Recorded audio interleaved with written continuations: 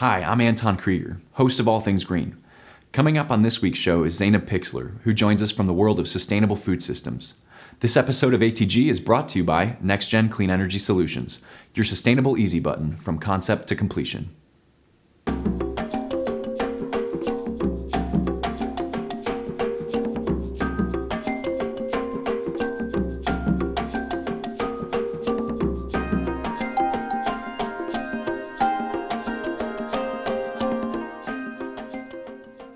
Welcome to All Things Green. I'm Anton, and today I'm joined by a very special guest. Zainab Pixler is Cleveland's first ever program director for the local food systems in the city's Department of Public Health. Zainab, welcome to the show. Thank you so much for having me. Zainab, we've talked a lot about sustainable food on All Things Green. I'm curious, what got you into sustainable food systems? Yeah, so my intro to food systems actually started when I was in high school. I was working in food service, and then when I got to college, I had the opportunity to take some courses about sustainable food systems. So I originally had a supply chain major and then added a food studies minor because my interest in food systems really grew from there. What did you do in high school that inspired you to go to college for food systems? I actually didn't know I wanted to be in food systems when I first got to college. I thought I wanted to be a big chief marketing officer for some big corporation. Wow. And then I had to meet a requirement in college, so that propelled me into the food studies courses that the college had to offer. And that's when I decided that I wanted to dedicate my career to food systems. That's really cool. Mm-hmm. So give me the breakdown from college all the way to Cleveland's very first sustainable food director. Local food systems director. Give me the breakdown. What happened in college and then from there on? Yeah, so I had another requirement to fill in college of having internships. So I had a couple of summer internships working for these large international corporations that were food systems related, but were really working within a conventional food system. So. And through my college career, I really learned about sustainable food systems. So after those internships and after realizing that profit-oriented organizations were not for me, I decided to search for careers in mission-oriented organizations, which brought me to Cleveland. I started working at the Greater Cleveland Food Bank, running their retail donation program. So all of the grocery stores in the 6 counties that the food bank serves, wow. I managed all of the donations from all of those grocery stores. It was a really incredible experience. After a couple of years, I decided to leave for an opportunity at a national nonprofit called the Center for Good Food Purchasing, where I was a data analyst. And there I really learned about institutional food procurement. So all the school districts, departments of corrections, hospital systems that we worked with to help them shift their food purchasing to more local, sustainable, humane food sources. And now I have the opportunity to work here for the city of Cleveland, in the city that I call home, working on food policy work. That's amazing. So I'm hearing you talk about a little bit more of like a for-profit, maybe internship type of deal. You worked in nonprofit, and now you're working in governmental. Yes. Is there any other players in this ecosystem of food? Absolutely. There are grassroots organizations that are really working to organize their communities around food systems work. So that's everything from community gardens to food cooperatives, and really getting to see those organizations grow alongside these other nonprofit food systems organizations as well. That's really interesting. And so working during that national nonprofit that you were talking about as the senior data analyst, what kind of things did you learn during the pandemic about food? Like how can people be fed when there's national supply chain issues? Can you tell me a little bit about that? Absolutely. So there were a lot of challenges our institutions faced for many different reasons when the pandemic first started in 2020. They were having lots of issues sourcing food, getting their orders filled, because we rely on this international food supply chain that a lot of people heard about when the pandemic first started. And that sort of reverberated in years following. But what we saw with particularly our school districts, those that had farm-to-school managers or farm-to-school positions within their schools were able to leverage the relationships with local farmers and local food businesses that they'd built over the years and really procure food to be able to continue to feed their students throughout the early stages of the pandemic. So really relying on those strong relationships with local growers, with local food businesses, to be able to continue doing things in a much different way than they were doing things, but still feeding people. Yeah, I think that's so profound. I used to work in an economic development job, and throughout the pandemic, it seemed that when there was local connections, whether it was like small businesses to small farmers, or even just residents who were really bought into the idea of shopping locally, it seems like those were the communities that thrived when shit hit the fan. Like, people were able to come together and put dollars where money needed to be spent to keep communities afloat, to build that resiliency. Absolutely. And there was a greater shift and more recognition and more awareness around where our food was coming from.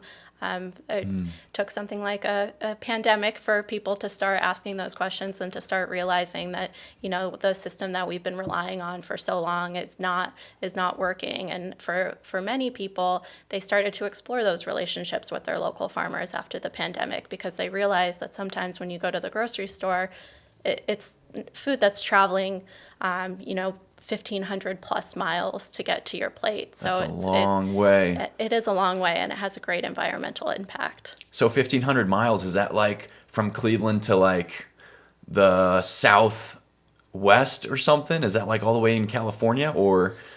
Yeah, California is a big agricultural production center for the United States and for the world, really. And then you have, of course, the Midwest really producing some commodity crops, so corn, soy, big beef producing states. So food travels from all over the place, but yeah, it travels a long way.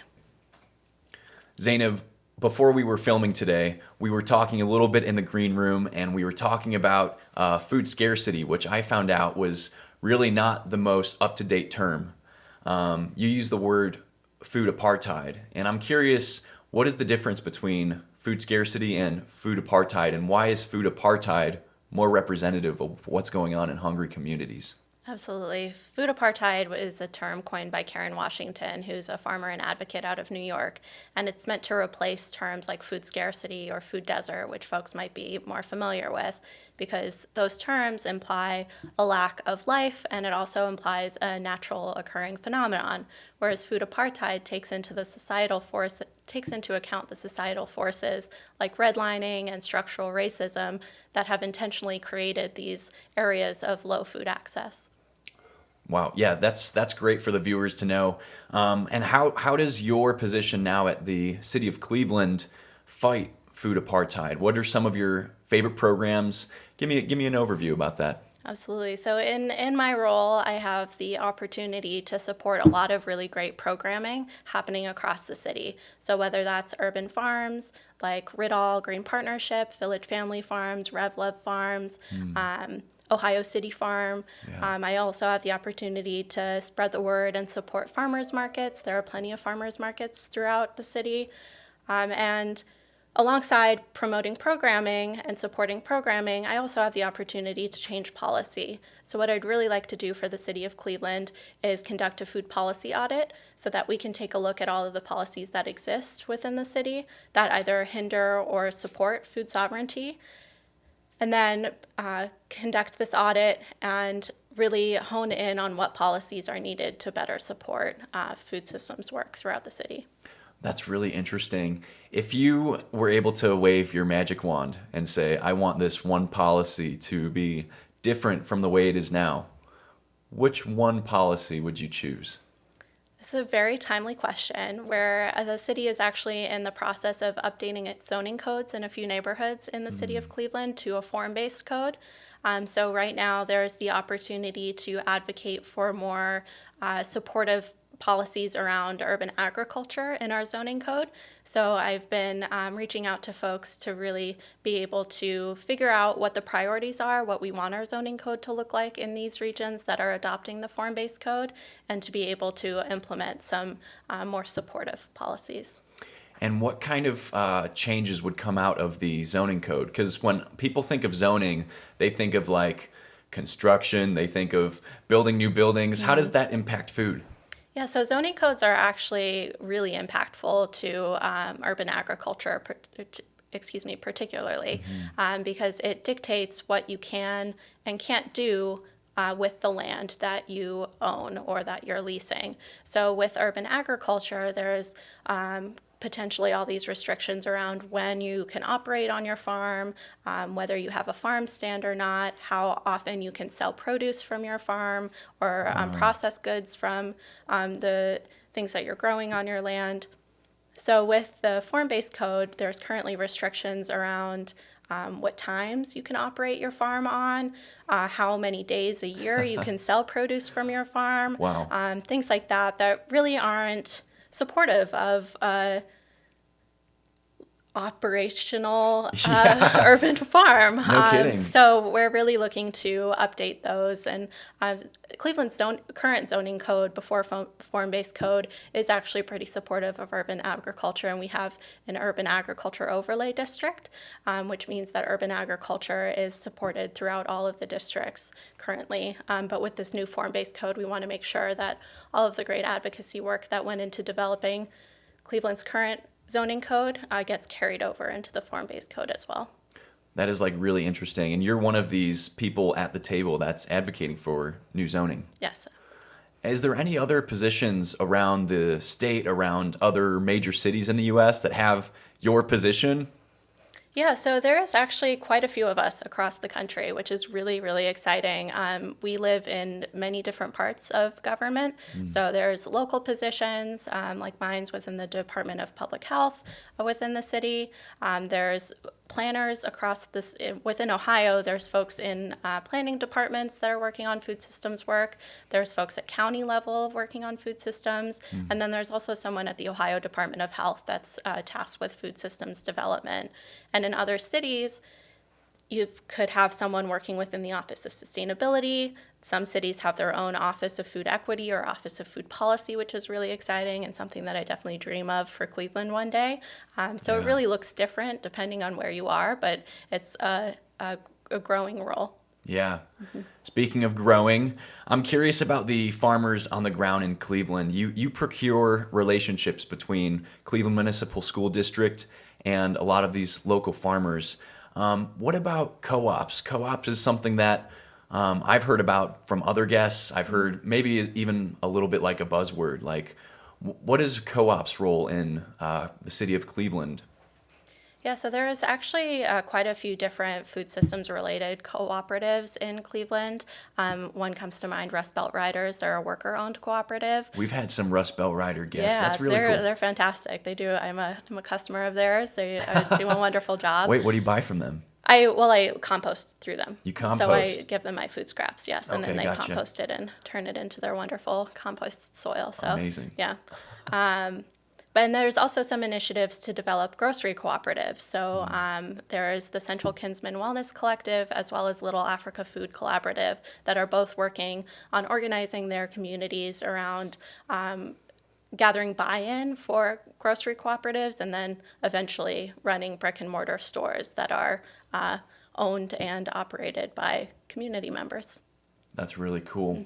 And what kind of roadblocks do you see these co-ops facing? What kind of roadblocks do you yourself face when you're up against the whole food system? I mean, and what successes have you also won over in your 7 months at the City of Cleveland? So successes is tough because it's been such a short amount of time. I've definitely really dedicated this time to relationship building, which is a success in itself, really bringing people together and introducing myself and really understanding what folks' priorities are in the community. As far as roadblocks, there's a ton, depending on which part of the food system that you're speaking to or referring to. But, generally with food systems, food is really expensive. It can be really expensive for folks, and folks have sometimes have the hard task of deciding whether to pay their rent or buy groceries. And so when you talk about food systems and sustainable food systems, a lot of folks think, or organic food and how that's, more expensive by the price tag than conventional food. And so a lot of people get turned off by that or by that conversation, or, don't even see it as a possibility of supporting sustainable or local food systems.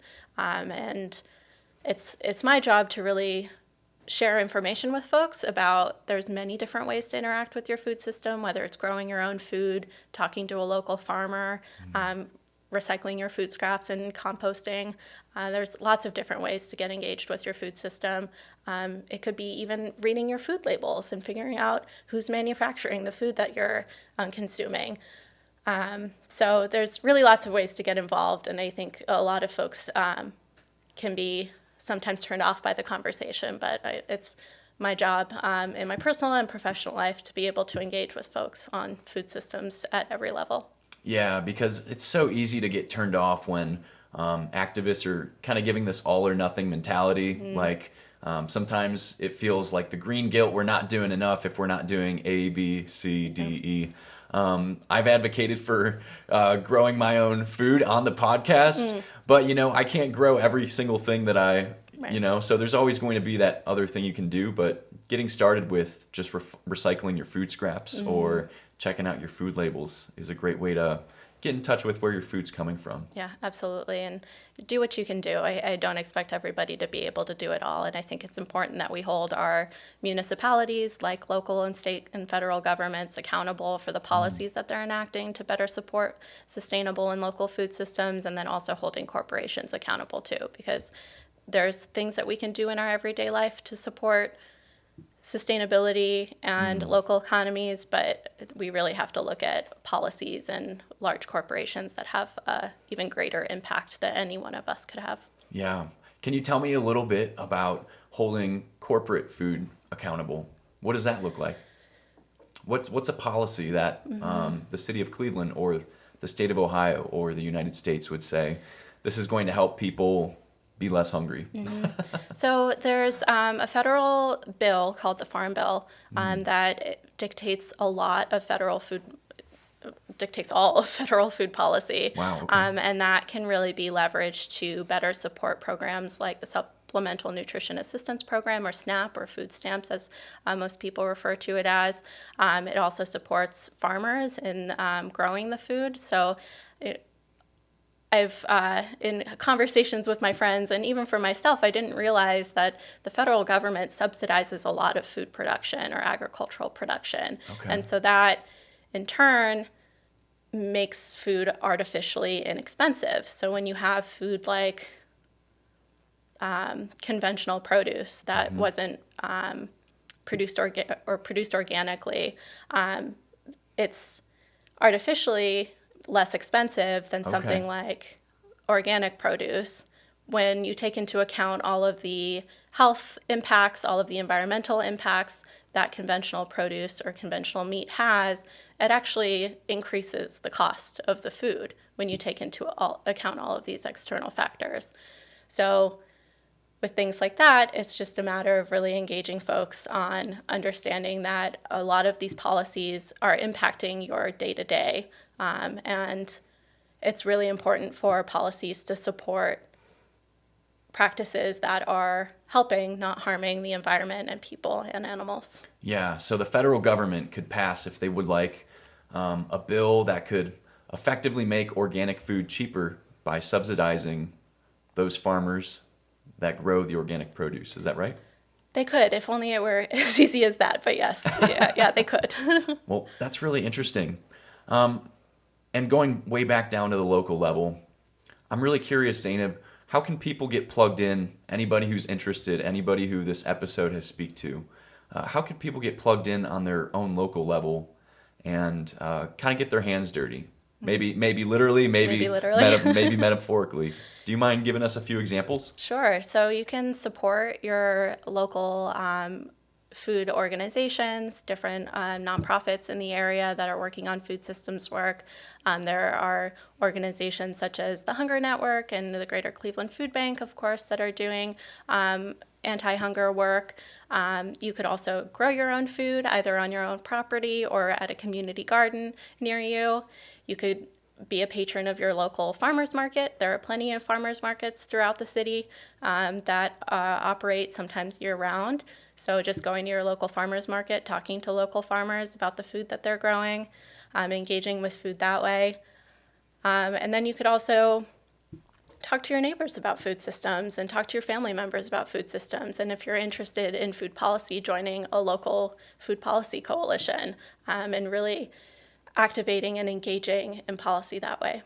There's a lot of ways to get involved. Lots of ways. And I don't think I named them all even. You could compost either on your own property or through an organization as well. Zainab, thank you so much for our conversation today and talking all things green with me. I'm really looking forward to having you on again in the future. I would love to hear more about your successes at the City of Cleveland, and to learn even more about what we can do to solve hunger in our city. Sounds good. Thank you so much. I'm going to let our viewers know how they can stay in touch with us, and thank you again. If you'd like to stay connected with the show, be sure to follow us on TikTok at ATG Show. And if you'd like to rewatch full episodes, check out our YouTube channel, All Things Green Show. You can find all of our sources from today's episode in our show notes. Thank you so much for being a part of the global sustainability movement. Zainab.